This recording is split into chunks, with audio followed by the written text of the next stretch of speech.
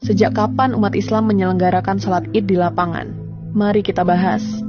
Muhammadiyah sejak didirikan oleh Kiai Ahmad Dahlan pada tahun 1912 banyak melakukan perubahan.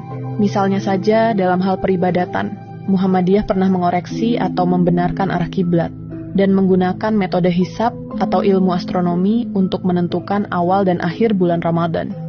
Kiai Ahmad Dahlan juga mulai menggagas agar salat Id yang biasa dilakukan di dalam masjid sebaiknya dipindah ke tanah lapang sebagaimana dicontohkan oleh Nabi Muhammad.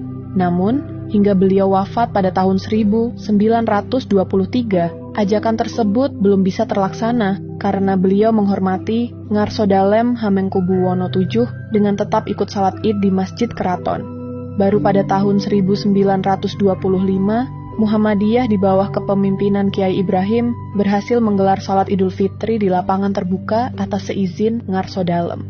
Yang bertindak sebagai imam adalah Kiai Ibrahim Huft Bestur atau Ketua PP Muhammadiyah, dan sebagai khatib adalah Kiai Wasol yang waktu itu menjadi Ketua Tabligh Muhammadiyah.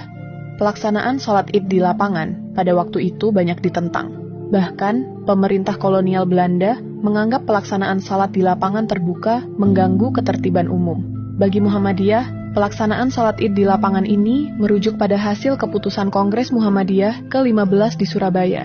Tentangan dari berbagai kalangan semakin menguatkan konsul dan cabang Muhammadiyah di seluruh Indonesia mulai rutin menggelar ibadah salat Id di tanah lapang pada tahun-tahun berikutnya. Kemudian dalam Kongres Muhammadiyah yang ke-23 di Yogyakarta pada tahun 1934, keinginan untuk mewujudkan salat Id di tanah lapang semakin kuat. St. Nurhayati dalam buku berjudul Muhammadiyah dalam Perspektif Sejarah, Organisasi, dan Sistem Nilai menjelaskan hasil keputusan Kongres ke-23 mendorong agar pengurus Muhammadiyah mengupayakan agar pemerintah kolonial bisa memberi kesempatan bagi umat Islam untuk melakukan salat Id di tanah lapang.